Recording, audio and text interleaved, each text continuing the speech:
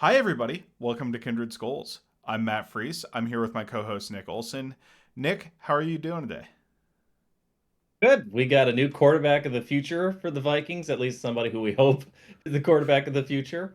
We got a new franchise defensive cornerstone again, or somebody we hope is a franchise defensive cornerstone. In the stroke of one draft, I think Kwesi was able to go out and find two guys who we hope will be, kind of like the Texans last year. We got our pass rusher of the future, we got our quarterback of the future. So let's hope it turns out as well as it did for the Texans, I guess. But really exciting time. I mean, and we got a lot of other interesting guys to get to on day three. But this is fun because now we got a whole bunch of new Vikings who I think, particularly the quarterback, it's been a long time since we had a first round quarterback going back to Teddy Bridgewater. So this is going to be an exciting time, and particularly given the offensive architecture that McCarthy's going to be stepping into. I've been watching a lot of these guys tape just for like the fun of it to like see how they tick and what they're good at and what they're not. And we'll have deeper dives on each of these prospects coming in the future. But for now, we just kind of wanted to get a bit of a instant react, initial analysis, thoughts, feelings about how draft night went down for the Vikings. How are you doing, Matt? Yeah, no, I'm doing great. Got to keep that content coming, obviously. I think one of the things to start with is just the general feel from draft night, right? Obviously a lot of anxiety, I would say, going in. I know I had a ton of anxiety about it, right? Because it was so critical for the Vikings to get a quarterback who we felt like could be a long term option at starter, right? And I got on with Luke Braun. We did an episode here where we went over each of the quarterbacks. And in that, we had JJ McCarthy like solidly the fourth guy, but still the fourth guy, right? I think he was somebody a lot of Vikings fans were hoping to get with the assumption that quarterbacks would go 1, 2, 3, right, which is exactly what ended up happening. The Vikings weren't able to get New England to move off of the number 3 spot with Drake May. It sounds like they did offer 11-23 and the 2025 first. I'm not entirely sure what the details of that were. I know it's been floating around a little bit. It sounds like they maybe wanted something back from the Patriots, like a little bit back in a pick swap, which would be fair value based on like previous trades. But obviously the Patriots were kind of trying to look to bend the Vikings over a barrel, right, to actually get a trade done, and the Vikings weren't willing to go that far to get a Drake May, right? So once that happens, the anxiety starts because there's really only one guy left that you think the Vikings that it's valid to draft at 12, right? That you wouldn't or 11, I'm sorry, that wouldn't be a huge reach, and that's JJ McCarthy. And all of a sudden, anybody could come up and get him. And the Giants were there at 6.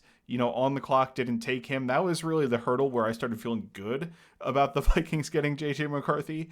And then all of a sudden, the Falcons throw a huge wrench into it by taking Michael Penix, right?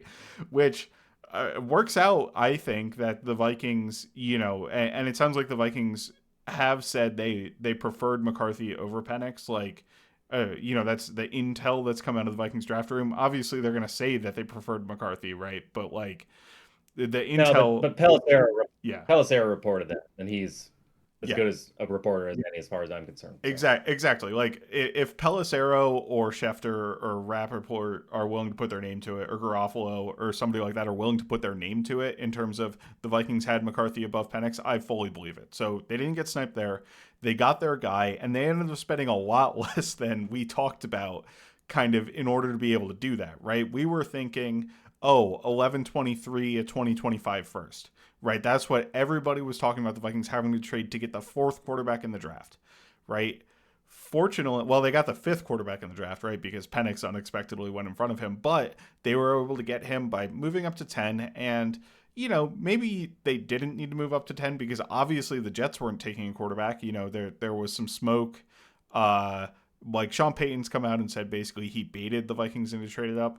Look, if you're getting JJ McCarthy, you don't care about spending a fourth and a fifth round pick to move up one spot to get him, right? Especially when it comes from, oh, you're looking to spend 3 first round picks to get to that point, right? So I think the willingness of the Vikings to sit and stay patient and get their guy was truly incredible. Like I don't think I would have had the fortitude to be able to do that, right? So A lot of anxiety relieved by the Vikings getting JJ McCarthy on day one. So I kind of talked through that whole process there, right, of what just happened in the draft.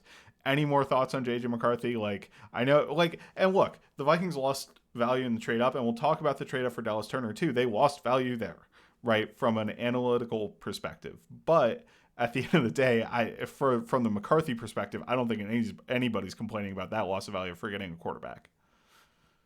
Yeah, no, I actually really think Kwesi played it masterfully, insofar as knowing what his walk point was with May, which to me, I feel like he kind of lowballed the Patriots. I mean, he said, "We'll give you three first, but we want two mid-round picks back." That was the report from Mike Reese, he's ESPN's New England guy, and he's a really solid reporter. Yeah. I've seen other things, like I saw Aaron Nagler, who's a Packers guy, who said like, "Oh, somebody told me that it was up to just three first flat at draft time," but I will take Mike Reese over the Packers guy. In any case, the Vikings did not seem like clearly they probably preferred Caleb Williams first on their board, and they Mm-hmm. probably had May second. But it also kind of I got the impression that they were also pretty happy with McCarthy too. Um, and I do think there was a lot of folks thought they were going to have to trade up to basically the whole conversation was, will they trade up to four, will they trade up to five for McCarthy, because that's what they're going to have to do.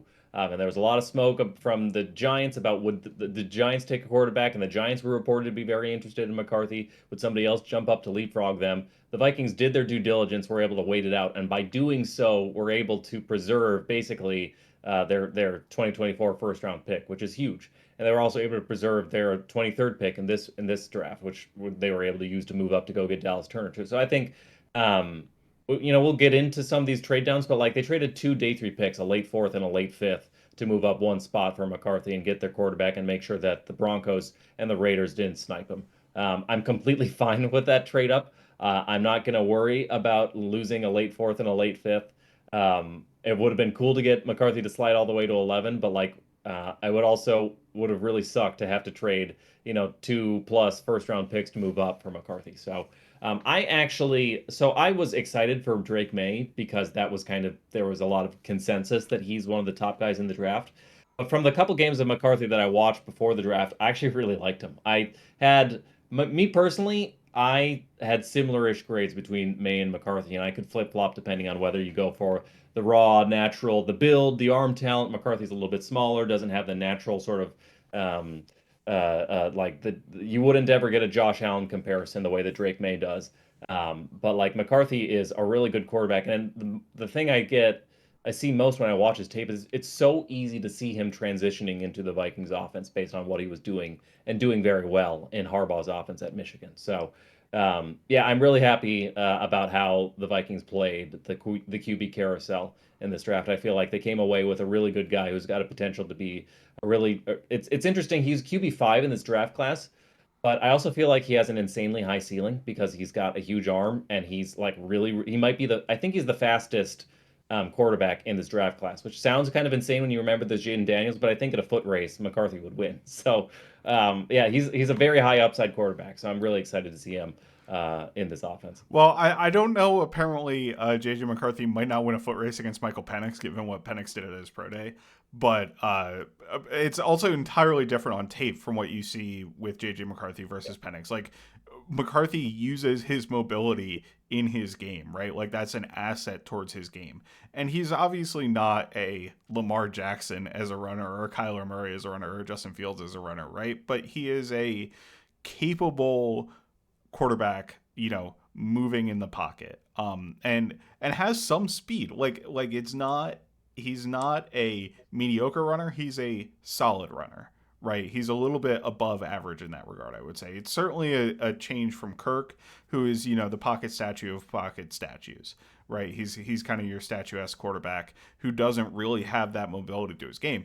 And Kirk had some mobility. He probably had more mobility than I'm giving him credit for right now, but it's going to be a different style. And to your point, JJ McCarthy has the arm to be able to, become a upper level NFL player, in my opinion. It's not like we're maxing him out where he doesn't have great arm strength. He's kind of got a middling arm, and it's really going to be, his brain that takes him as far as he can go in the NFL. He's got physical traits. They're not elite physical traits. Drake May had significantly better physical traits, but they're good physical traits for the NFL game, I think. He measured in his pro day at 6'0", which is 6'2" and a half, 215. And it sounds like he was listed slighter than that, but he carried the weight really well because I think he almost weighed in at like 220 at the combine and still ran a 682 three cone, which is a phenomenal three cone score for like any position, right? If anybody's running in the sixes for a three cone, it's a good score for that position. It doesn't matter if it's cornerback, it doesn't matter if it's running back, it doesn't matter if it's a wide receiver, right? So that's a really good score, and that agility I think is going to be an asset for him for his game. The other thing with McCarthy that made me like him a lot more, and I haven't watched a ton of McCarthy. I got to watch the Michigan State game, and I've heard people talk about him, but one of the things I like about him is his age, right? And we can say, he was limited in this run first offense at Michigan, right? And he was a game manager or whatever, but you look beyond that. I mean, everybody's talked about his third down metrics where he's just consistently converting third downs. I think he was the best third down player in the class, good in the red zone too. So like in critical situations where he was needed by Michigan, he came through, right? And that's how they ended up winning the national championship game. So with his quote unquote prospect profile, and we're beyond this now. Like, I don't think anybody's really talking about, JJ McCarthy. Oh, he didn't have to throw the ball ever at Michigan. Like, that's a national media talking point. It's not really something that people who dive any sort of deeper into the game, are really caught up on. But he plays beyond that. And then on top of that, he's a really young player, right? He was the youngest quarterback in this class. He'll be 21 the entire season. And that's a huge benefit because I think it shows room for growth in his game. And as his body fills out as he gets older too, right? Like you have a 24-year-old, they're going to be a lot more what their final body type is going to look like than you have a 21-year-old. Where Jaden Daniels, who is very slender, that's a bit more of a concern because he's never filled out throughout his career compared to JJ McCarthy if he's playing a little bit slender. Yeah, no, so I've watched maybe 6 games of McCarthy's at this point, and I really like his tape. The Michigan offense was very run heavy, but to take that as a criticism of McCarthy, I think is just like fatuous. It's very silly. Like you're like, yeah, they ran because they could run all over people, and but like when McCarthy dropped back to pass, he passed all over people too. Like they won the national championship doing it. They didn't run because he was bad. They ran because they could run over people, and Harbaugh's a run first guy. Like the Michigan run design was really cool, but I think that's a very silly thing. I think it's true that like McCarthy, because of the run heavy nature of the Michigan offense and the fact that we got 2 good seasons out of him at Michigan, he has a lot fewer pass attempts to go off of. So because it's a smaller sample size, I think the risk is higher and the upside is also higher. Just because you know, like in the Rose Bowl, his first throw in the Rose Bowl was like he threw it straight to a defender. Like he has some blemishes on his tape, and because you only have 600 pass attempts total to evaluate, like that one sticks out a lot harder. And like there was an issue in the national championship where like he was kind of creating his own sacks, bailing on clean pockets or something. That's not an issue I saw in other games, but it's like you kind of don't know, you don't have like a huge body of work to compare it against. So I feel like that's kind of one of the unique challenges of J. Also, the other unique challenge of JJ McCarthy is I feel like he every game is like very different because there are games when they barely pass at all. There are games when he looks very different where he's attempting to do different things. They had different game plans. So whereas like with some guys like even Dallas Turner, you can like turn on the tape, watch him at work, and be like, I really get this guy. With JJ McCarthy, I feel like you have to watch a lot of games to be like, oh shoot, this guy's got a huge arm. Oh shoot, this guy's really fast. You could do more than just zone read with this guy too. I would say his big strengths to me, in addition to the tools that I've kind of talked about, and then I should say like when I say he's fast, like I know Michael Penix ran like a 4.51 or something at his Yeah. pro day, like JJ McCarthy outran Blake Corum on run signs, like got out in front of blocks before, and Blake Corum ran like a 4.53. I'm not saying that like JJ McCarthy runs a 4.4 or something, but like he did outrun a guy who runs a 4.5. So Granted, when you're running, it's a little bit different because you're running at various angles and Yeah. stuff. Whereas, but at the same time, McCarthy was starting behind the line of scrimmage, doing a handoff, and then came back around. So, he's fast. Like, just watch his tape. He's really fast. He's also pretty elusive. He's not Lamar Jackson. He doesn't have that Right. shiftiness or that elusiveness. He's kind of like a one speed runner. But he's explosive and fast, and he has that element to his game. He's excellent throwing on the move. He's a really good processor pre-snap, and I think he's good post-snap. He's very naturally aggressive throwing into the middle of the field. A lot of what the word that comes across when I watch a lot of his tape is he's precocious. He does things that I don't expect rookie quarterbacks to be doing. And part of that is like he's operating an under center offense, making run checks, adjusting play calls, but also like throwing dig routes deep downfield over a linebacker. That's like that's not something I'm used to. Like rookies aren't as comfortable like throwing over their offensive line into the middle of the field where like and he'll have throws where he's throwing into a triangle where the safety's over the top or like he'll Yeah. throw into Tampa in the red zone between three defenders and he'll just like uh, shoot it in there. So he's got a good level of aggression to him.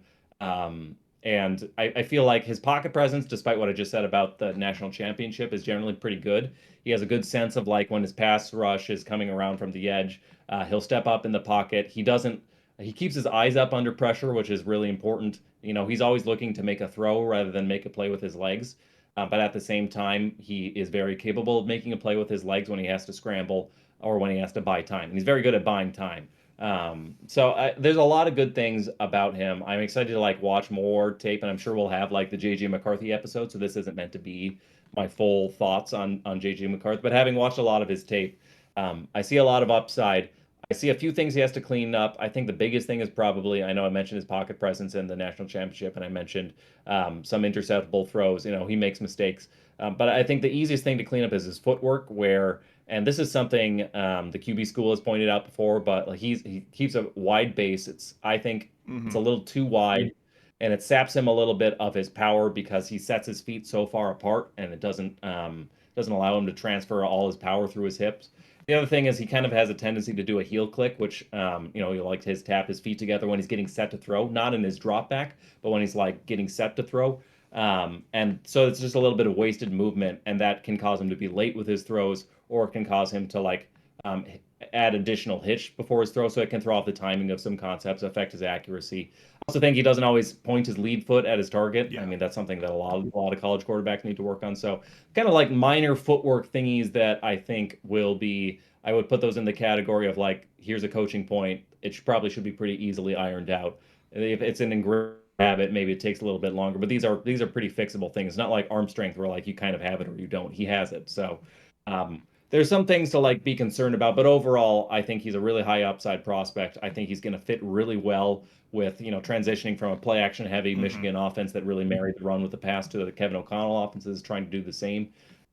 So I'm really excited for him. I think he's got the potential to be a really good quarterback, a unique quarterback. It's kind of hard to come up with a comp for him, but he should, like Dak or like more athletic Kirk Cousins. Those are the ones that I kind of like. But like I think he can be really good. So I know you've watched a couple tapes yourself, Matt. Do you have any other thoughts about acknowledging that this isn't the Yeah. McCarthy episode, but like thoughts about how he's going to translate to the Vikings? Yeah, so the footwork thing definitely an issue, definitely something that needs to be worked on. Obviously, Kevin O'Connell before the week, like before the draft, was like, "Yeah, I believe footwork in the lower half is fixable." That speech he gave at a church, I think. An interesting place to learn about football from Kevin O'Connell, but I digress. We had also, something I just wanted to pull out from what you were saying is his willingness to throw over the middle of the field. Like, I do think for translating to the NFL perspective, playing at Michigan will help JJ McCarthy, right? A lot gets talked about the NFL style offense, and I really think the differentiating factor is a lot of offenses throw to grass in college football, right? You've got these super spread offenses. They're wide open. There's a lot of wide open space on the field, especially with the way the hashes are to the field side, right? To the wide side of the field.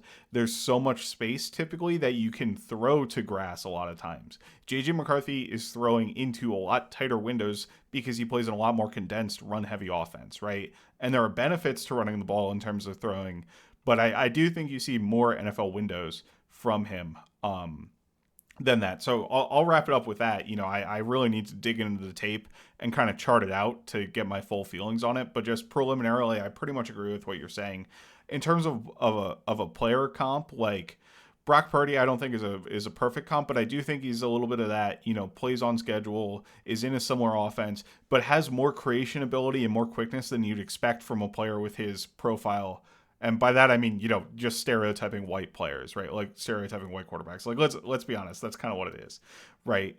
So it's The that's where playing, we're at with McCarthy. the playing on time thing is actually a really good point because like that's the other thing that like really surprises me about his tape is how often the ball is out after like at the top of his drop or Yeah. after one hitch.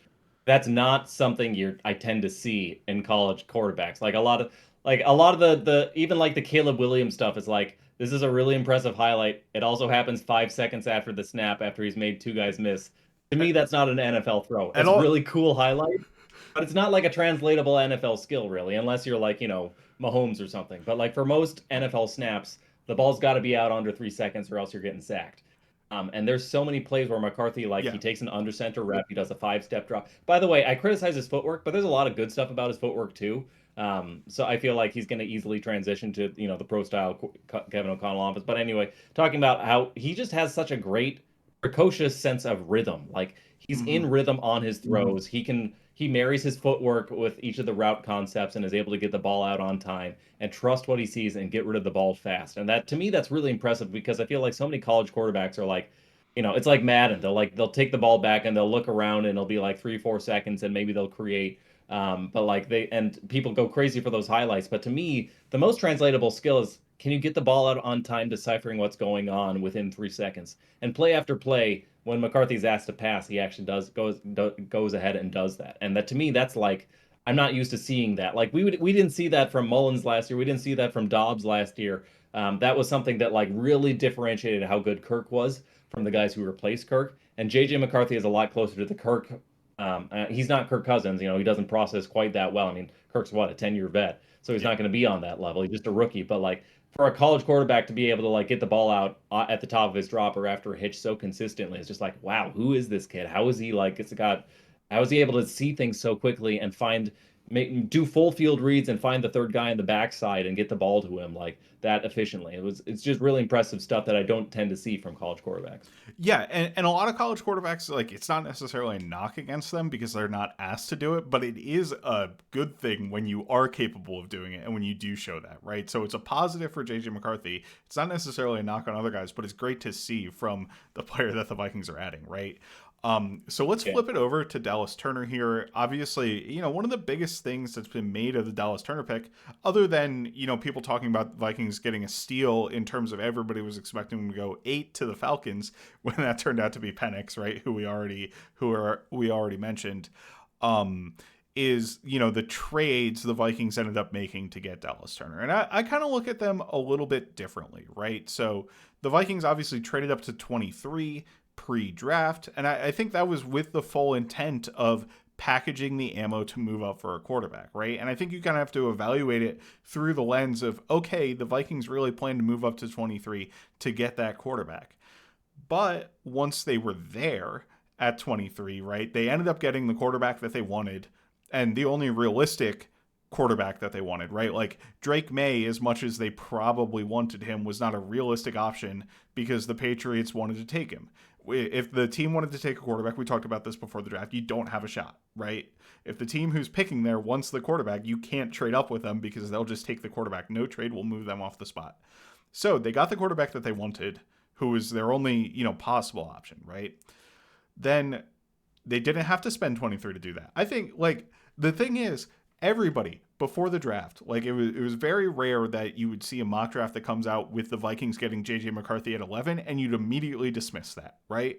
Well, the Vikings basically got JJ McCarthy at 11. They didn't have to spend 2 first round picks to go get him. So now what do they do with his extra ammo, right? Probably the smart thing from an analytics perspective would have been to trade back. The Vikings instead doubled down and traded up, right? And you've all seen the charts, like, they took a major loss from an analytics perspective on this hit. Like, I've seen people say, oh, the Vikings spent the equivalent of like the number 1 overall pick or number 2 overall pick. I did some math. I have my own trade calculator that's not the one that's on the public site because I don't like the way they discount picks. I discount future picks being like the beginning of the next round or the end of the round that they're in, essentially. So my trade calculator has it come out as a major loss, right? You're losing like 40% value overall for the trade. And I'm talking about both trades, both the trade up from 10 to 11 and the trade, all the picks that went into getting pick number 17, right? Uh, but the thing is, if you look at the Jimmy Johnson and Rich Hill charts, which are the market value charts, the Vikings came out virtually even. The difference on the Jimmy Johnson, they actually gained a fifth round pick in these trades. On the Rich Hill chart, they lost like a late sixth, right? So it's basically zero gain or loss for the Vikings on what I'll call the market value charts. So I think Kwesi did a good job from a negotiating perspective, even if it's a loss from an analytics perspective. And look, you're going to lose trades from an analytics perspective if you're trading up in the draft. It's just what happens. You can look at every trade the Vikings have made. The trades down have been good from an analytics perspective. The trades up have been bad from an analytics perspective. That's just how draft trading works. You know, I looked over the course of history for the Vikings trades under Kwesi Adofo-Mensah. It's come out basically zero. You know, over the course of all of the trades, they've basically given up a third round pick at highest or like a sixth round pick at lowest over the course of the Jimmy Johnson, Rich Hill, Fitzgerald, Spielberger, Chase Stewart, Harvard, Ben Baldwin charts, right? All those charts, you sum everything together. On all of the trades up and downs, they've lost some value actually on both trades. So I think a lot of that on the I'll call it the market value charts was Kwesi's first year where he took huge, massive losses on the market value charts, especially with the Lucene trade down. So I think, you know, if you kind of give him a little bit of credit for that, where he's making the analytical moves there, it looks a little bit better overall. Still, you know, it's not a great analytical move, right? So the Vikings probably should have taken 23, traded back, you know, like the Cowboys did, and accumulated additional value. But I think there's another layer to that, right? And it's that edge rushers went 15, right? Latu, 17, Turner, 19 Verse, and 21 Chop Robinson. The next true edge rusher to go after that was Marshawn Nealand to the Cowboys at 58, I think. Right? So you're seeing a massive, massive teardrop if you want an edge between the 21st overall pick and Chop and 58. And maybe you could say, okay, well, if the Vikings don't move off returner, technically Chop would have been there at 23 or something like that, right? Like you could concoct an argument that the Vikings would have gotten one of those four.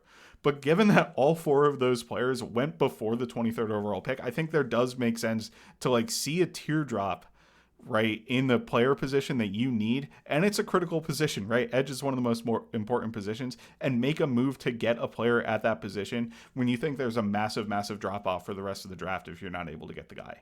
So that's kind of how I see it, right? Lost from an analytical perspective. I think there are redeeming qualities to the trade, and I think they got a really, really good football player too.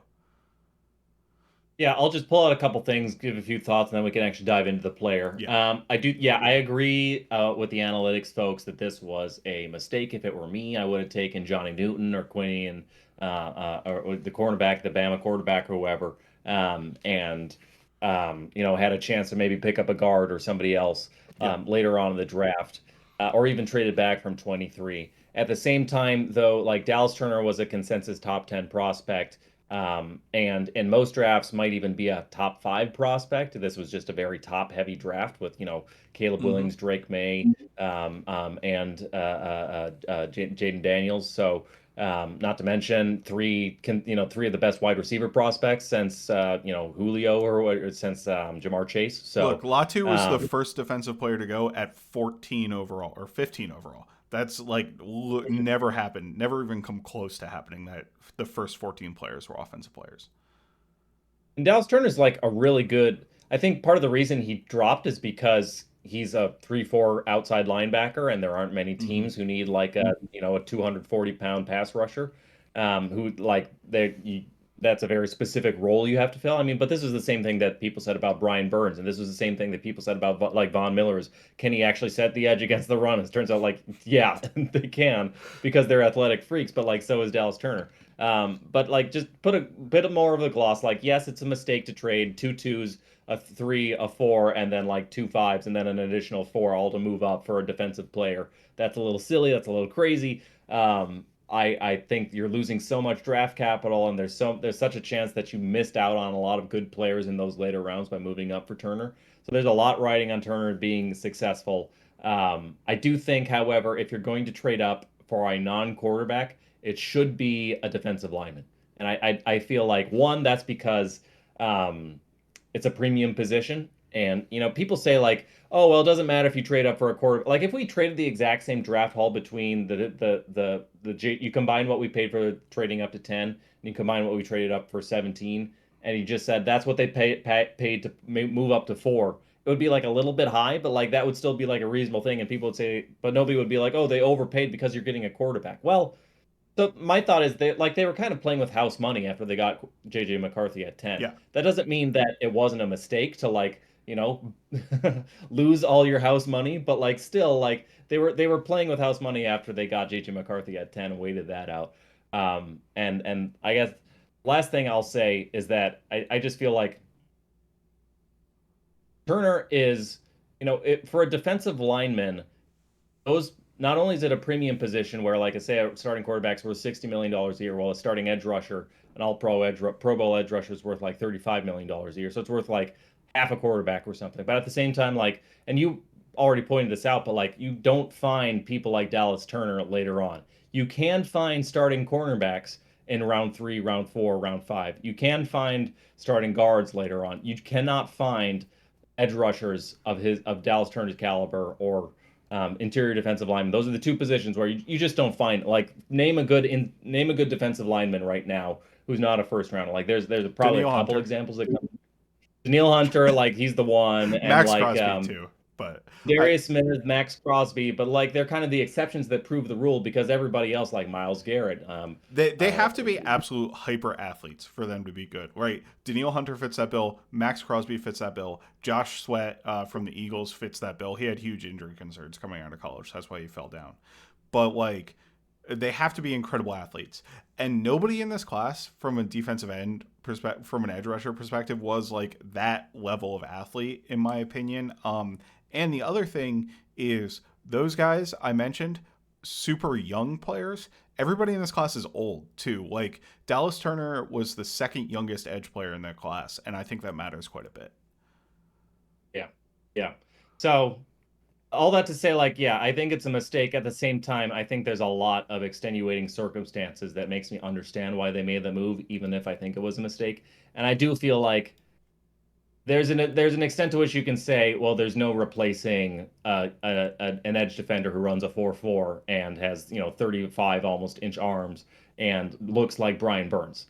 So Right. like you're not going to find those. You're not going to be able to trade for those kinds of guys. You're not going to find them on day 2, and you're certainly not going to find them on day 3. Even like the insane athletes, I feel like the NFL's kind of figured out that like the athletes need to go higher. Like I feel like every year you're seeing the athletes get pushed up the boards. Yeah. So I feel like you're not.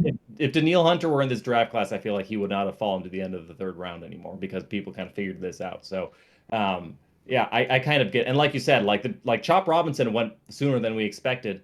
If the Vikings had waited, the only defender they could have gotten was Johnny Newton, who fell because of injury concerns, and also certainly doesn't have the upside of a Dallas Turner. So, so setting aside all the trade talk, which to me is like a kind of is a bit of a party pooper, talking just about the prospect. What do you think of Dallas Turner as a prospect and his fit in Brian Flores' defense? Yeah, I mean, you alluded to the size a little bit, right? And he was at the combine 6026, so that's 6'2 and 3/4, 247, right, which is light for an edge rusher. But we see a ton of edge rushers come in at around the 250 range. Like, I'm not too worried about that. And as I mentioned, he's a little young. He's got super long arms, 34 and 3/8 inch arms, which are really long for an edge rusher. They're not as long as Jonathan Grenard's. We talked about how long his arms are, but that's like in the upper echelon for edge rushers. Obviously, great testing. What he did test at the combine, ran a 4.46, crazy fast, crazy explosive, had elite jumps, jumped over 40 inches, I think, which is, again, absurd in the vertical jump.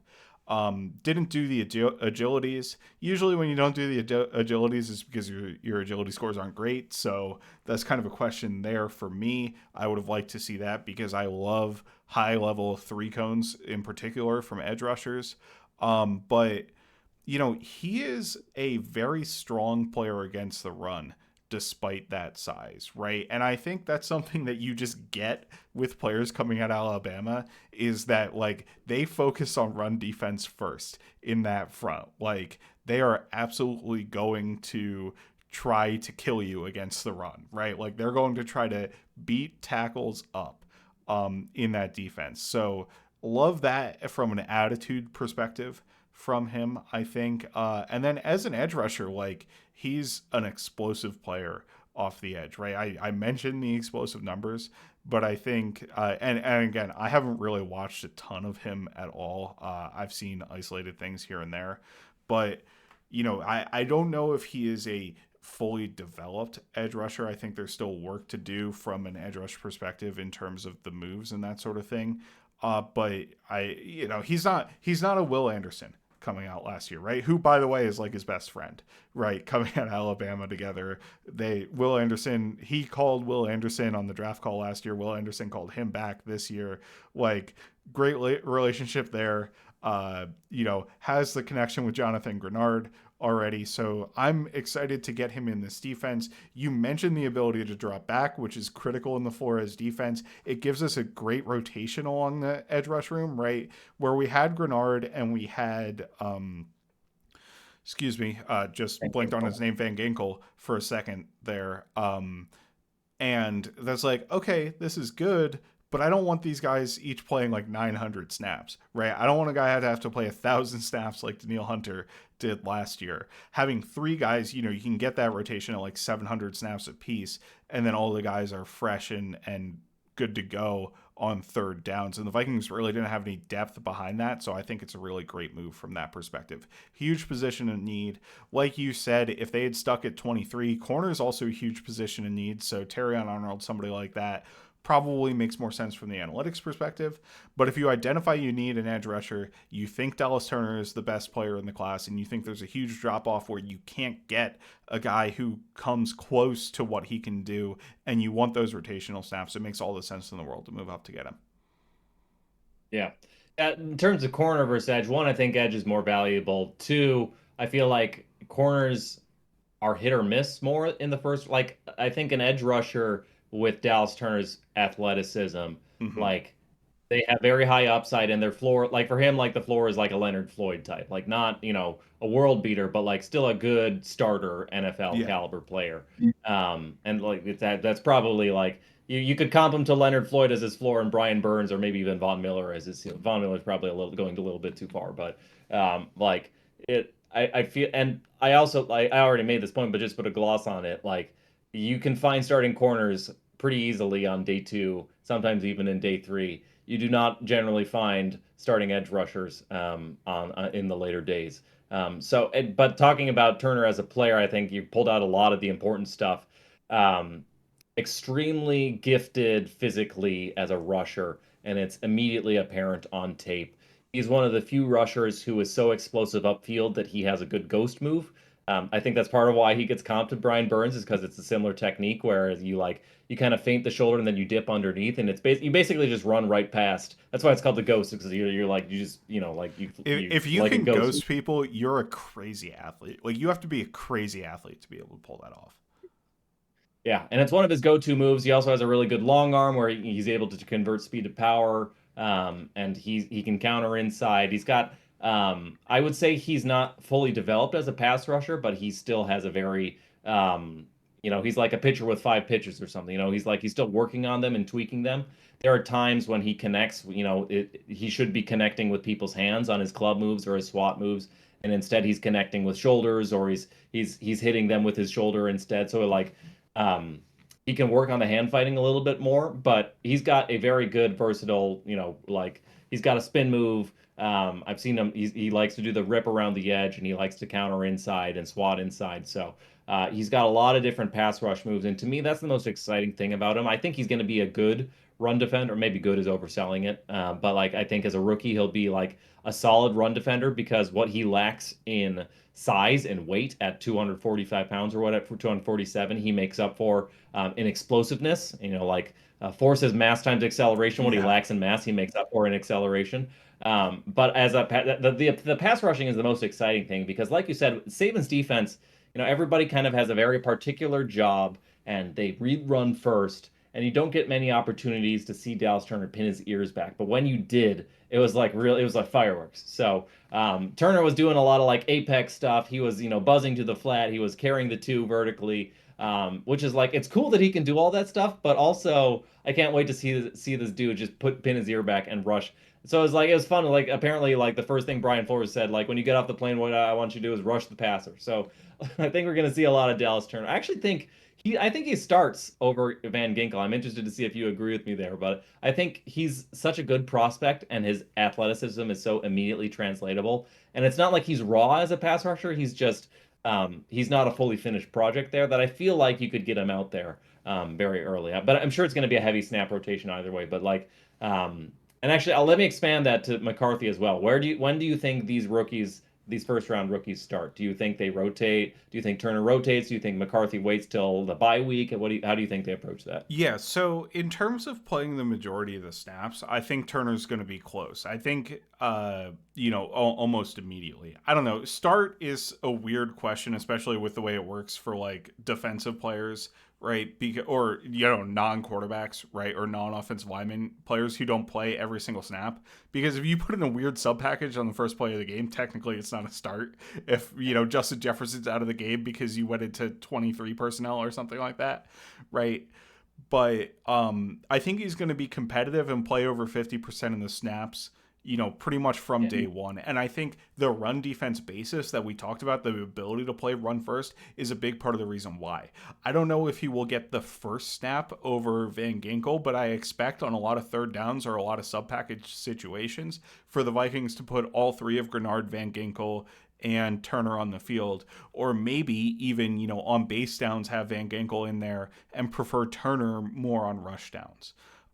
Just because I think the explosiveness from Turner is a little bit better of a player. And I like Van Ginkel's polish as an edge rusher, but I think the Vikings will prefer Turner as an edge rusher, if I'm being honest, as somebody to rush the passer. I think we'll probably see him like as a spinner down inside, right, to use that explosiveness and that athleticism. That was something I was expecting kind of Grenard to do, but I think we'll probably prefer to do it with Turner over anybody else there. And flipping over to McCarthy, it's hard to say, right? I truly don't know. I almost, don't want him to start initially, or I want him to be able to get some experience, but not have the full pressure of like playing every single snap or like every single game. I don't know. Quarterback is so difficult because almost every quarterback who gets drafted early gets thrust into a full-time starting role almost immediately or within 10 games and then takes over the starter and is expected to perform. Like, I do think there's more value in sitting than what NFL teams have done for quarterbacks, right? So it wouldn't bother me if he sits for a long term, but I also just don't think Sam Darnold's that good. So I would say probably like week 5 or 6, right? The Vikings come in, they Yeah. can talk a big game and say, hey, we want to start Sam Darnold. They've also talked a little bit about their development plan for JJ McCarthy, where they've already set very specific benchmarks for him to achieve, right, with what they're seeing from him in practice. So obviously we don't know what those are. I imagine, cleaning up the footwork, which you said very good, like good for a college quarterback, but needs improvement to become like actually have good footwork and to improve his accuracy in the NFL level. So it kind of depends on whether or not he's hitting those benchmarks. Uh, to me, he could be a week 1 starter. It wouldn't like shock me if he was a week 1 starter, but I think it's more of a 5 or 6 week, maybe after the bye week, get him in and start him. If he sits the whole year, like I wouldn't mind it. I don't think I'd get upset or call this pick a bust if he sits the whole year. Even if Sam Darnold isn't playing amazing, because I'd rather him sit if they don't think he's ready and like go through the growth that they want him to go through and hopefully turn out to be, a Jordan Love who got to sit for like 3 years, right? Then have him start immediately, ingrain bad habits like a Zach Wilson or a Sam Darnold, frankly, right? And then become a complete bust and wash out of the league immediately.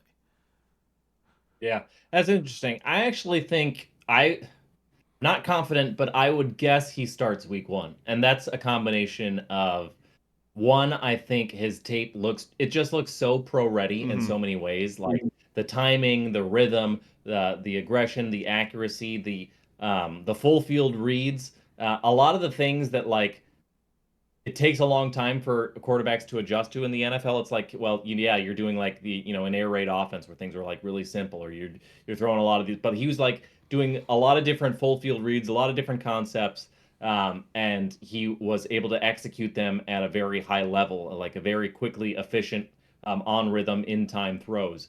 And I feel like all that just translates so well. So despite the small sample size, I feel like what he was being asked to do at Michigan, it just looks so much like what Kevin O'Connell's going to ask him to do for the Vikings. There's a question like, is he going to be able to digest, learn the whole playbook?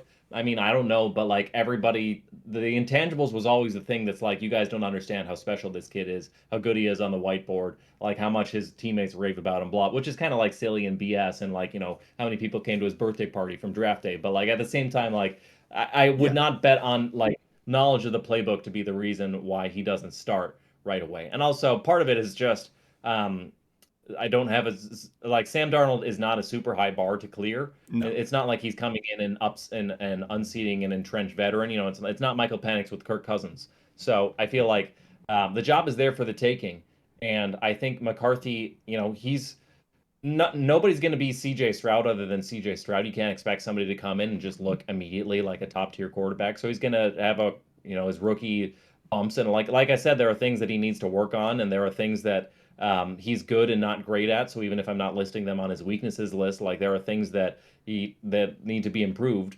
And most rookies suck.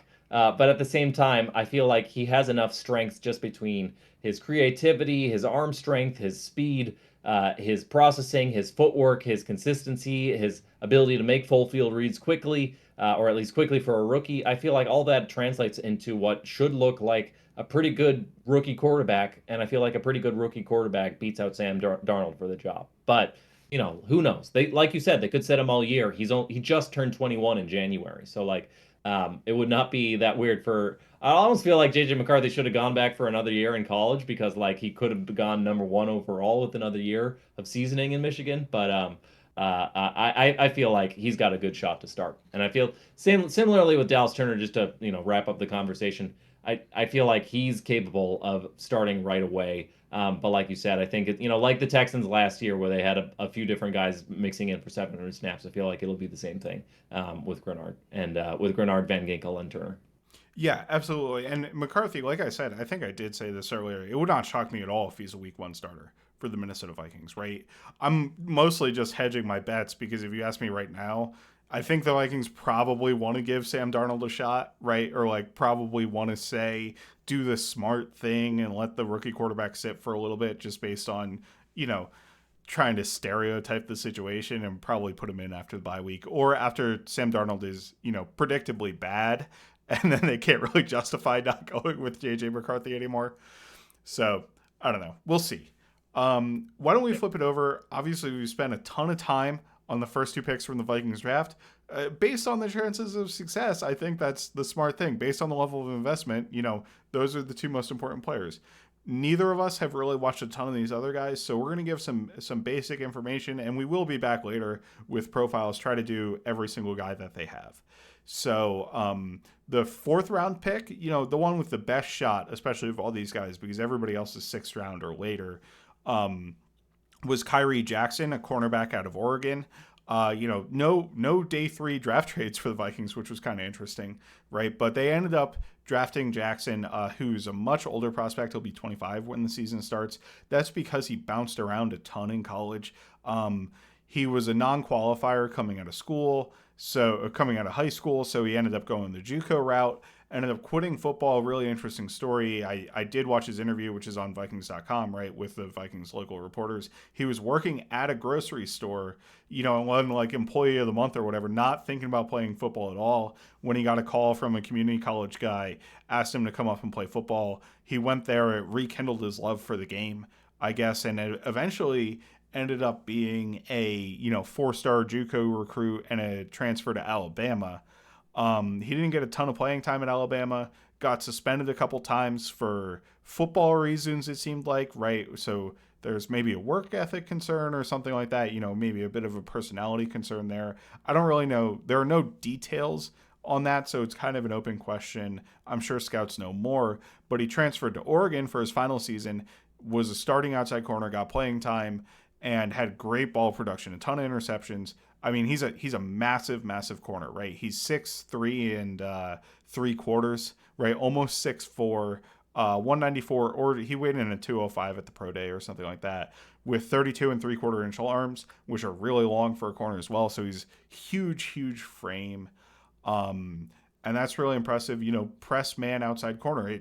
It with the addition of Shaquille Griffin and Khyree Jackson. I know they had a Caleb Evans who has big size too, but it's very obvious that the Vikings were like, all right, man, we need bigger outside corners on this roster because we want to play out defense a little bit differently this year. Yeah, no, totally. It's interesting. I feel like it's interesting seeing Brian Flores remake the defense the way he wants to. And it's interesting seeing the body types he's going for. Like, just with like Blake Cashman and Van Ginkel, we've been over this, Mm-hmm. but like, and now you had Dallas Turner, like the tag pressures are going to be insane with all these guys Yeah. because of how much ground they can cover, the explosiveness. And I feel like they're going to move away from, crazy. There's still going to be cover zero, I think, because that's, kind of Brian Flores loves it. But I feel like they're going to try and win more with 3 or 4 or 5 pass rushers rather than 6 or 7. And I feel like that's kind of the reason they invest in Grenard, Van Ginkel, and they invest all these, not just the first round pick, but trading up for Dallas Turner too. And what that's going to enable to do is I feel like you're going to see a lot more. I feel like Brian Flores, his base defense when he has the horses to run it, he likes to run a lot of cover one. And I feel like a press man cover one where Brian Flores says, we're going to press you, smother you at the line of scrimmage, and we're going to bet on our guys to get to the quarterback before you're able to get the ball out to one of your wide receivers because we're not going to let them release cleanly into their Mm-hmm. routes. Uh, that can be extremely effective as a defense, and I feel like that's what he wants to run. And so this Khyree Jackson pick, like, he is not a zone corner. Like, he doesn't have the athletic profile of a zone corner. I haven't watched his tape yet, so I'm this, I want to make clear that like Yeah. this is not. I can't speak very strongly. We're gonna come back after we've watched tape of this guy, but like the athletic profile, the hip tightness, that does not sense. That's not somebody who you want to play a lot of off coverage with. This is somebody who you can play cover 3 and backpedal with. This is somebody you can play cover 1 press man stuff. You can do zone matchy stuff with somebody like that, but you probably don't want to be playing, like off ball quarters or something, or you don't want to be playing anything where he's starting 10 yards off the ball and has to react to in breakers or something. That's not setting him up for success. But where he can be really, really good is as a press man corner. And with, like you said, the addition of Shaq Griffin, who's somebody else who can do something like that, opposite Murphy, it seems like Brian Flores is going to see, maybe not this year because I think Jackson, he's 25, but like he's got 1 year of tape. So how reliable can he like come in and play at a starting caliber level? Most corners can't. So maybe developmentally, but I think long term, Flores would love to get back to more cover one. It'll be interesting to see if Jackson can earn his way into the rotation this year. And just Yeah. schematically, what Brian Flores is doing, it really does seem like all the additions they've made, they're not going to do that crazy college zone blitz defense this year. But it'll be interesting to see what they do. No, and they'll definitely still have elements of that defense from last year, this year, but there's definitely been a lot of conversation about moving to a more man-heavy defense. And I think Flores has even mentioned it this offseason that they want to be able to run more man coverage. And to do that, you need the horses at corner to be able to do that, right? Like, you just need guys who can straight up cover opponents. I think Byron Murphy can do that. Like, we talked about how surprised we were at Shaquille Griffin's profile and like thought he was a pretty good player.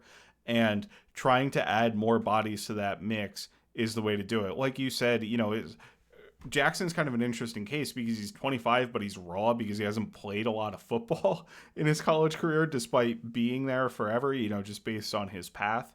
So it'll be interesting to see how he can develop, but he's got certainly an interesting physical profile, and you want to take shots on high level physical traits on on later round players, right? Like getting a guy who's maybe a depth piece is great, but when you need starters, you want to take shots on the athletic outliers with maybe question marks, right, that cause them to fall down the board, and he certainly has those. Um, so let's move on to Walter Rouse, the offensive tackle out of Oklahoma. He was a fifth-year player. He went to Stanford at first and then grad transfer to Oklahoma. Super smart guy. I think he was an engineering major at Stanford, and then wants to be a surgeon, I think, in his post-football life. So he's got a lot of brain power. We've talked here before about how academic smarts aren't necessarily indicative of football smarts, but I think he certainly has an incredible work ethic to be able to do that at Stanford and play football at the same time. Like the amount of time commitment to do that is absolutely absurd.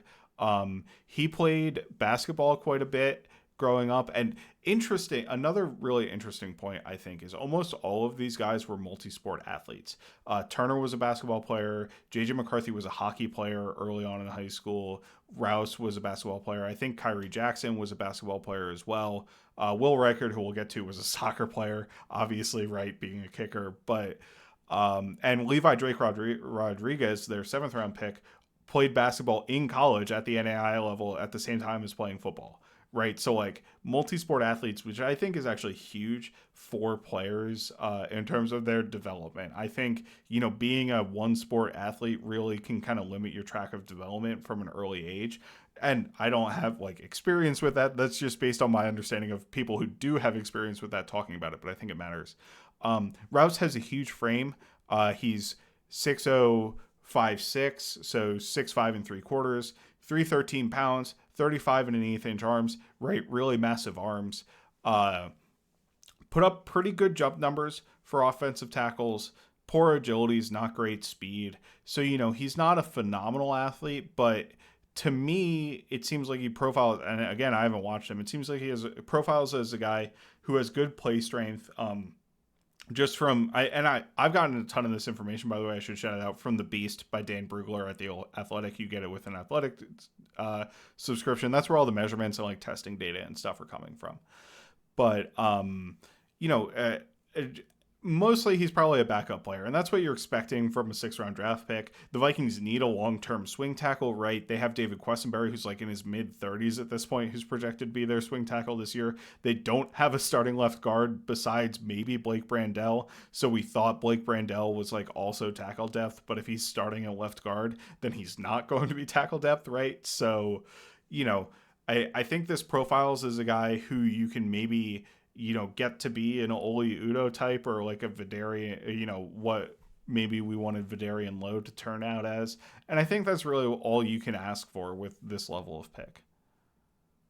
Yeah, no, totally. And honestly, at this point, I love throwing late round picks at offensive linemen Mm-hmm. because I have a lot, this is weird to say, but I have a lot of confidence in Chris Cooper coaching these guys up after we've seen what the work he's done turning Christian Darrisaw into one of the top left tackles in the game and kind of turning Bradbury's career around, getting a career year out of him. And the development we've seen, even the guys like, you mentioned Quessenberry's having to step in.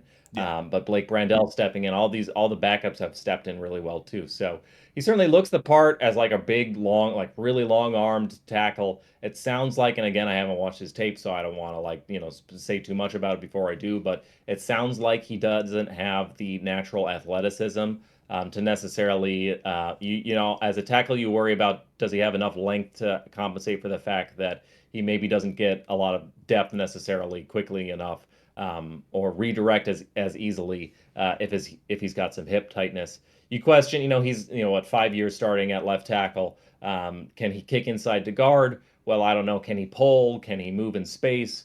Can he redirect in space?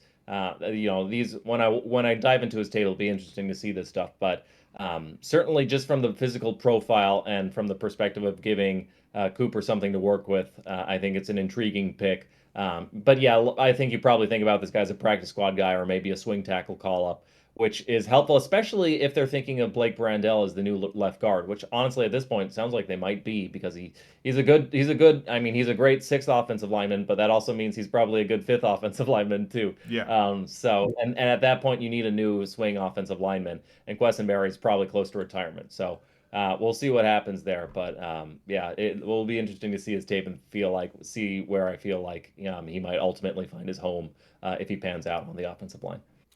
Yeah, so the next pick at the end of the sixth round started a run on kickers in the draft for sure. Like there were four kickers had gone between this pick and the Vikings' next pick was Will Reichard, the kicker out of Alabama. I mentioned, he was a soccer player in high school, it sounds like, before he started focusing on kicking full time. I'm not a fan of drafting kickers ever, like not a single time, not a single one. So not a huge fan of this decision. I'd rather try to get a depth player. I just don't think like the hit rate of drafting NFL kickers is terrible. UDFAs are just as successful. I have no idea what the predictiveness of kickers. By the way, I'm not scouting Will Reichard. Nick's probably not scouting Will Reichard. I don't know anything about NFL kicking mechanics. Like it's really hard to come up with analysis on this pick. Other than he was very, very good in college. Missed only 2 extra points out of like 300 in his career. Granted, that's extra points from the 2 yard line or 3 yard line in college, so it's a little bit different than the NFL. Made all of his kicks of 50 plus yards the last 2 seasons, I'm pretty sure, which is a really impressive. Was like 10 for 10 over the past 2 seasons from 50 plus yards. It's a huge warning sign if you're like Roberto Aguayo, who was like automatic from under 40, and that was apparently good enough to draft him in the second round or whatever, like the Bucks did years ago, but terrible from like 40 plus or like middle of the pack from 40 plus. So he's got that going for him. It's just like it's hard for me to trust that any kicker is going to be good. I remember years ago, Zane Gonzalez actually had a good kicking profile where Aguayo went second overall and had a bad kicking profile from college, didn't profile well from what NFL players do successfully at the second level. At this level, Zane Gonzalez had a good one from what he was able to do in college and didn't pan out at all either. I don't know if there's a ton of predictability. Kicker is just such a mental, a mental position, honestly, right? Where it's like you have to be so consistent and you can get in your own head so easily, right? Like exactly what happened with Blair Walsh. That it's really hard to predict from year to year. So I don't love spending a pick on it, but they did, and ultimately, end of the 6th round picks don't matter either. So it's kind of whatever to me. Yeah. Generally, the predictability of kicking efficiency between college and the NFL is very low. It's like an R squared of like 0.19, which is relatively low for NFL stats. So that's kind of like the logic behind don't draft a kicker is because we haven't figured out really how well to scout them. If you want to take a glass half full look at it, I mean, this guy was kicking for 5 years at Bama, so he's not Yeah. like your typical. He's got a very long pedigree. And from what I've seen and read, I haven't seen much, but he is. You don't have to tweak his mechanics or anything. Like what he did kicking at Mm-hmm. Bama is going to be what he's going to be doing kicking for the Vikings. An upshot shot. He hasn't missed an extra point in like over 150 extra points. So you have to go back 3 years for him to have missed an extra point. He's very automatic under 40. He missed like two out of I don't know, like 50 or something in the last couple of years. That's having somebody who has that sort of consistency. I can see that translating. I mean, I don't know. It's obviously it's not exactly the same operation kicking in the NFL. But I feel like most of the skill set should translate, and this guy's been doing it for 5 years in college, and is the leading Yeah. NCAA scorer, which is kind of a stupid stat, but also it's just a sign of how many reps he has under his belt that make you a little bit more confident that the sample size is large enough that it'll translate. So I agree. Generally, don't draft kickers because we're not good at figuring out who's going to be Justin Tucker and who's going to be Blair Walsh or name your other, not to pick on Blair Walsh, Yeah. but pick whatever Vikings kicker and throughout Vikings history, pretty much. um, So I don't love it, but like, this was like 5 picks away from the 6th round comp picks. So like I'm not this it's not the worst way to spend draft capital. So and I can easily look, if you get a kicker who can consistently make under 40 and makes all his extra points, like Vikings will take somebody who won't miss their extra points. Right. So I don't. Again, it's another thing that, like, would I have made this decision? No. So therefore, I should be criticizing it. At the same time, I get where they're coming from. I can see this working out. So Look, at the end of the day, I don't think it's a draft killer that you drafted a kicker at the end of the 6th round, right? Like, we obviously, the already first spent two players we 59 talked on a about late 6th round pick. are much more valuable than anybody else we're going to talk about for this whole podcast. And Will Reichard was Dane Brugler's #1 kicker on his draft board, so we got that going for us. But at the end of the That day, like I I would love it, and I'm not saying Will Reichard can't be the like kicker we've been waiting for since Gary Anderson missed the field goal in 1998, right? But the chances of it are question mark. Like, we really can't say whether he's going to be good or bad at this point because I don't think anybody really knows. Um, and like less so than other positions, right? Like, nobody knows how good any of these people are going to be ultimately, but like kicker is much more unpredictable. Uh, yeah. so let's flip it over to Michael Jurgens, the center, and it sounds like the Vikings scout who talked about him as a center. He actually played guard his final year at Wake Forest.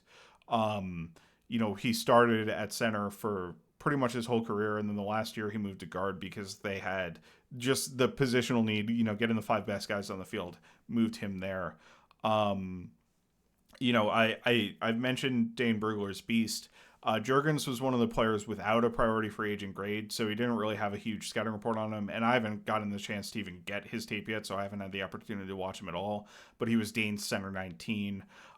He was a bit light at 307 with 32-inch arms, but kind of tall, 6'4" and 3/4. So, physically looks the part of an NFL lineman at that point. I would say, you'd like him to be able to put on a little bit of weight. An older prospect who's going to be 24. I was able to pull up a scouting report from NFL.com that's like that was pretty negative on the play strength, but it sounds like he's a pretty smart player and has an understanding of how to attack the game. So that to me sounds like another, depth interior offensive lineman with center guard flexibility, give you a little bit of an option there as depth on the interior if he's able to develop. Right. The Vikings also took a ton of shots, and we'll just kind of list off the names in a little bit, on the offensive line in undrafted free agency, right? So there's going to be major competition for him throughout the process, but more offensive line depth was certainly needed. So from a positional perspective, it's not a bad pick.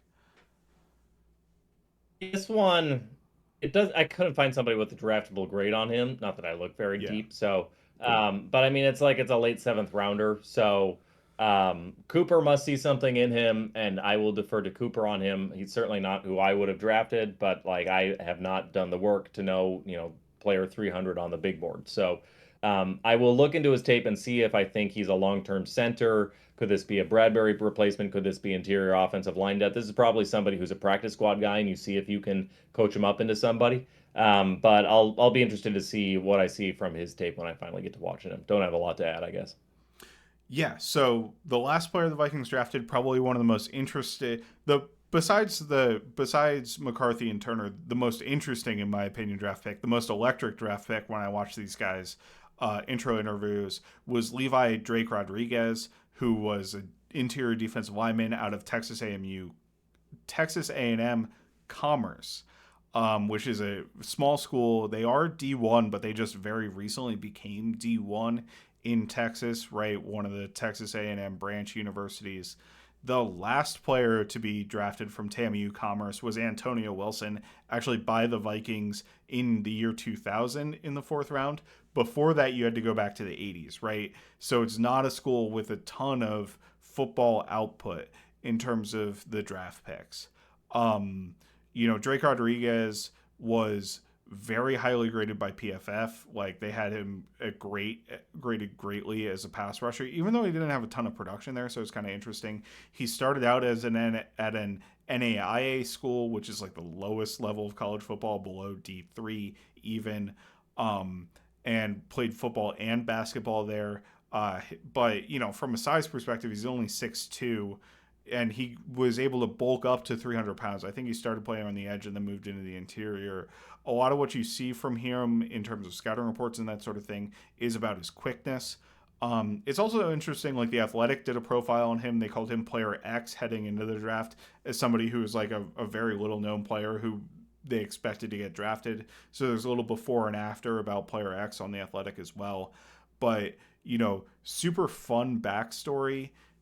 Seems to have something of pass rush juice, which the Vikings need on the interior, and is a huge developmental prospect, obviously. Another older prospect, so similar to the Jackson range of like not a ton of football playing experience, but an older prospect, or not a ton of polish from a football perspective. So it's an interesting thing there. His athletic testing also wasn't great. So like it talks about his quickness. I don't know if that's a level of competition thing that he was able to be so quick, or he actually plays quicker than his testing. Yeah, I mean, with a small school prospect like Levi Drake, you want to see him dominating the lower levels of Yes. competition, and he absolutely was. I think he was like the second highest graded player at his position. So like obviously he's going up against, not future NFL starters at Yeah. all, but you want to see him dominating, and that's what he did. Now there's just the question of like, okay, how much of that will translate to the next level? The fact that he doesn't have a great athletic testing score suggests maybe it won't. But like also the fact that he's just really good with his hands. Maybe he plays with a really high effort level. Like there are ways that you can compensate for those sorts of things. It's going to be hard to get tape on Texas A&M Commerce, but we'll see if we can pull it up and see what he succeeds at.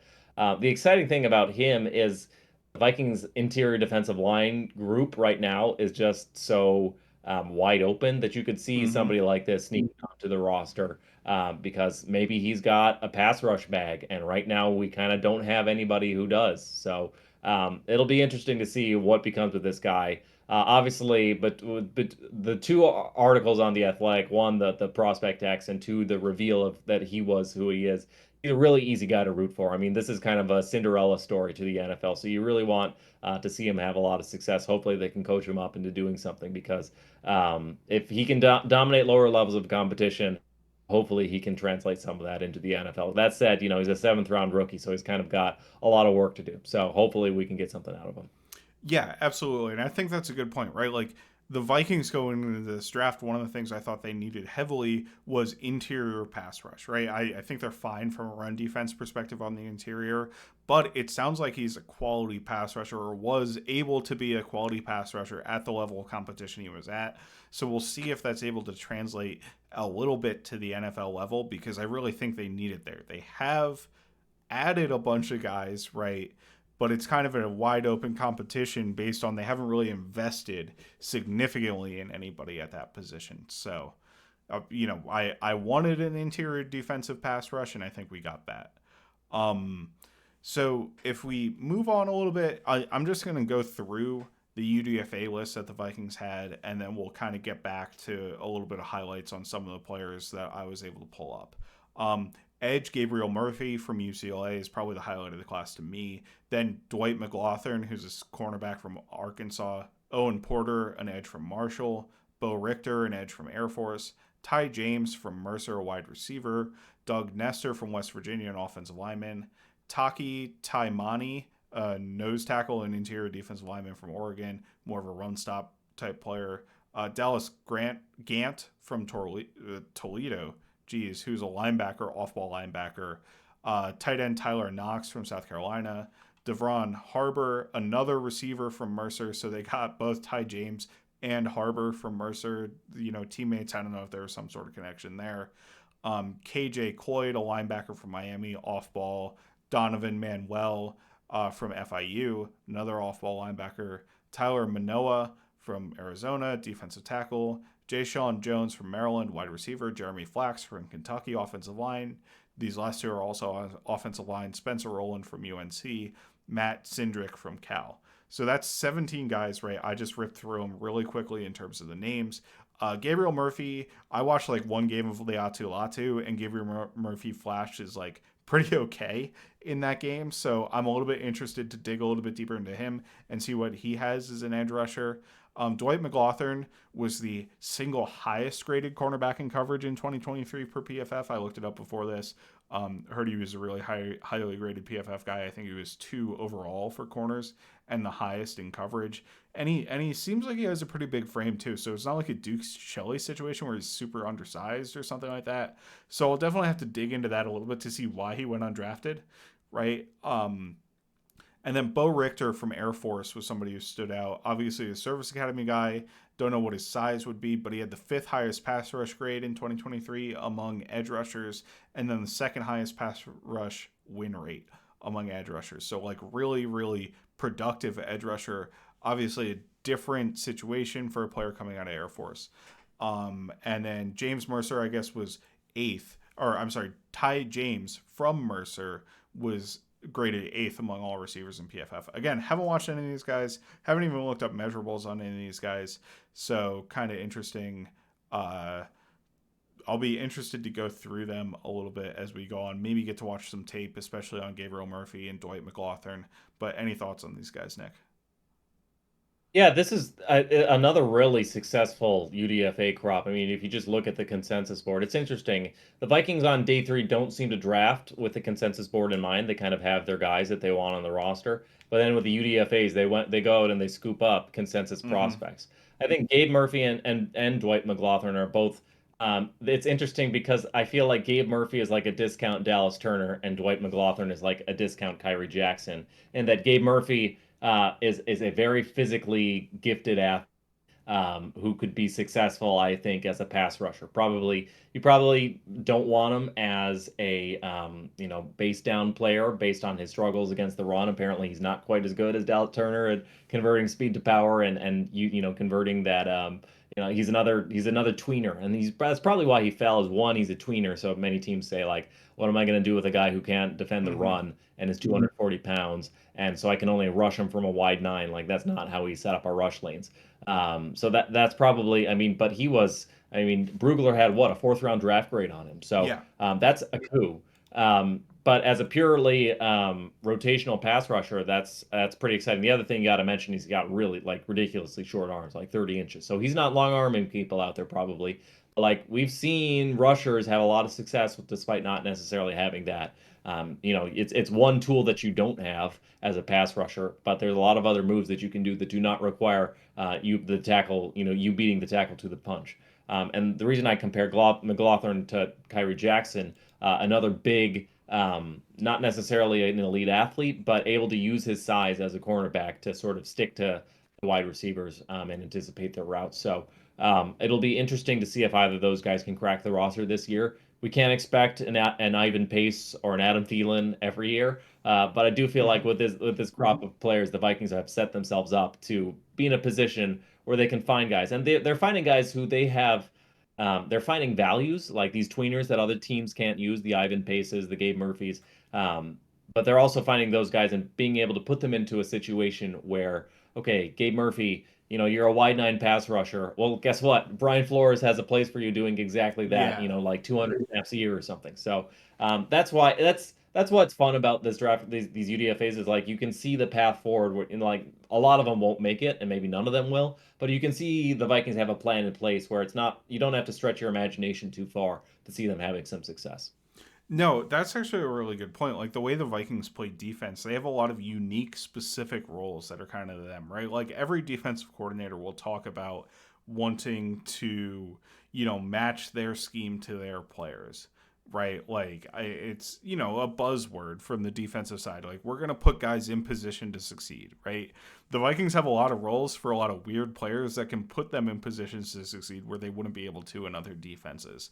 So I think that's a good point overall that like some of these guys and just history shows like one of these guys is going to make the roster, right, and contribute in some fashion. Like usually a UDFA makes your roster even over some drafted players, so it'll be interested to see who that is. And like Ivan Pace was a great pickup. UDFA, one of the consensus best players. Um, Andre Carter made the roster. He didn't really deserve to make the roster, right? He didn't perform up to that level.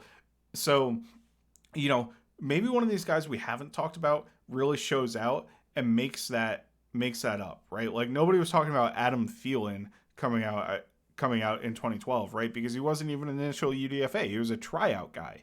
So, I that's not to say only, a couple guys at the top matter. Like it could come from any of these positions, the guy who ends up making the roster and making an impression. Yeah. Yeah. So that's the draft class. Matt, do you have Yeah. an overall grade you'd give it, a vibe? So vibe immaculate, first of all, because we got the quarterback without Vibes were having to give immaculate. up 3 first-round picks. Immaculate vibes. From an overall process perspective, I think I have to give it like a B minus, just because, and that's like being a harsh grading scale, right? Like I would be willing to give an F to a football team in this grading scale, right? Like the Atlanta I'll Falcons, you consider get an that. F, right? So the Denver Broncos, you get like also an F or a D minus or something like that for taking Bo Nix, who I don't think is that level of player. But from a process perspective, getting the quarterback without having to trade up, phenomenal. Trading all the assets you did for Dallas Turner, not great. Drafting a kicker, a little bit of a negative in there too. Not recouping any value that you lost in those trades by like trading back from the fourth round pick, something like that. A little bit of a negative for me. But I love the players they got in the first 2 rounds. So that's what's boosting the grade, right? Like process perspective, not great. Players they actually acquired in the first 2 rounds, awesome. Hard to fault that, but also like it feels a little empty, right? Without second or third round picks, there aren't really. It's either guys who are absolutely expected to be starters or guys who are probably going to be depth players with maybe one starter in there, right? There's not any of those guys who are like can get really excited about and be like, oh man, this guy's going to be a starter eventually, and we got to steal in the third round or something like that. So that's where I'd kind of put it. Yeah.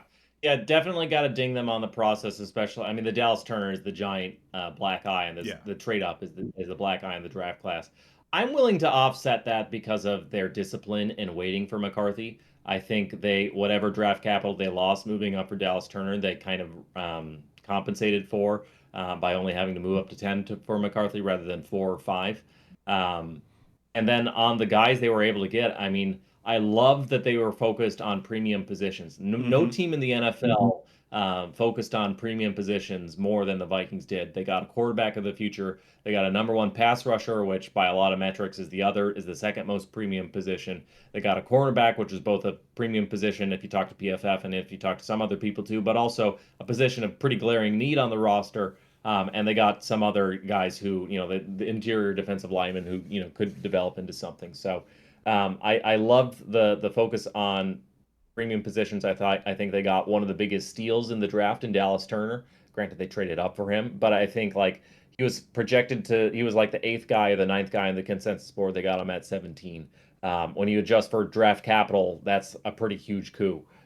So I feel like it's a B plus because I think even though I personally prefer McCarthy and Turner to like May, I think drafting Drake May would have been a lot of fun. So I'm a little personally heartbroken because I had a draft crush on Drake May, even if McCarthy, even if like watching McCarthy, I was like, dude, this guy's like in the same tier as May. Like there's something about getting a guy that people are calling generational that would have been fun as a fan. So but no, I feel like they got a lot of good players and very high upside players who you can see becoming not just starters, but very good starters. And so that's kind of what's exciting to me is hoping that this can be a cornerstone draft, the kind of draft that you look back on and say, hey, that was the draft where we got our QB of the future, our franchise cornerstone. This is the draft that we got, our future Brian Burns, our number one pass rusher or whatever. So having that potential upside of, getting two game-changing all-pros, the leader of your defense, the leader of your offense in the same draft. That's pretty exciting. So I'm happy with it. The vibes are immaculate. Yeah, no, there are a couple. of needs I thought the Vikings weren't able to address because of the lack of draft picks. If you look at wide receiver and running back specifically, like I would have loved to add day 3 wide receiver competition, add running back competition. But the flip side of that is the Vikings get JJ McCarthy and Dallas Turner, right? Like they gave up the opportunity to get that depth to get JJ McCarthy and Dallas Turner. And I'd rather have Dallas Turner all day than like 4 5th-round picks, even if the some of the trade charts would say 4 5th-round picks are more valuable. I just don't think there's the upside with those picks that you have from Dallas Turner and the floor of to me a pretty startable player right away. Now you always get in trouble with saying like the floor of this guy is an NFL starter, but I think it's more close to the truth than not for Dallas Turner, to be honest with you. Yeah, yeah, I can see him not, like I said, I can see him being Leonard Floyd. It's hard to see Mm-hmm. him being, DJ Wanham or something. He's just too gifted, and the Bama tape is too good. You see a lot of just special traits and things that he can do there. Or it's hard to see him. That's obviously injuries can happen, lots of crazy things can happen, arrests can happen. So all sorts of things can go wrong, and there's no guarantees. But just as a football player looking at his tape, it's hard to see him not being, a solid NFL player. And I think he does have upside to be something much more than that. And that's really exciting, especially at such an important position. To have a 21-year-old with all pro potential, that's something to get really Yeah. excited about. Yeah, absolutely. Super exciting from that perspective. And with that, I think that wraps up our initial draft coverage, right? We've talked about we're going to have a lot more. We're going to do deep dives on each of the players, maybe individual episodes. Maybe once we get later in the players, we'll group them together a little bit. But I think we'll probably have standalone episodes on JJ McCarthy and Dallas Turner because we spend, I don't know, 45 minutes talking about the two of them here. So I can only imagine how long we're going to talk about them each individually once we get on with that. Well, if we're spending 10 hours watching their tape, we can spend 1 hour talking about what we saw. So, Yeah, no, absolutely. So no, awesome, Nick. Anything else before we get out of here? I'm trying to think of something funny and I got nothing. I'm All sorry. right, Roll us that's all out. right. It's getting late, so we'll leave it with that. I'm Matt Freese. You can find me at Fries Football. He's Nick Olson. You can find him at Nick Olson NFL. Our co-host Greg is at the Gregg Blake on Instagram. We are Kindred Skulls. You can find us at Kindred Skulls on Twitter. You can find us on YouTube. You can find us on Spotify, iTunes, wherever you get your podcasts. And with that, Skull Vikings. Bye, we love you. Oh, Go, baby. another first round corner wouldn't do us any harm. Oh, another first round corner wouldn't do us any harm. Oh, another first round corner wouldn't do us any harm. And we'll all cheer on behind. And we'll score the old Vikings along. We'll score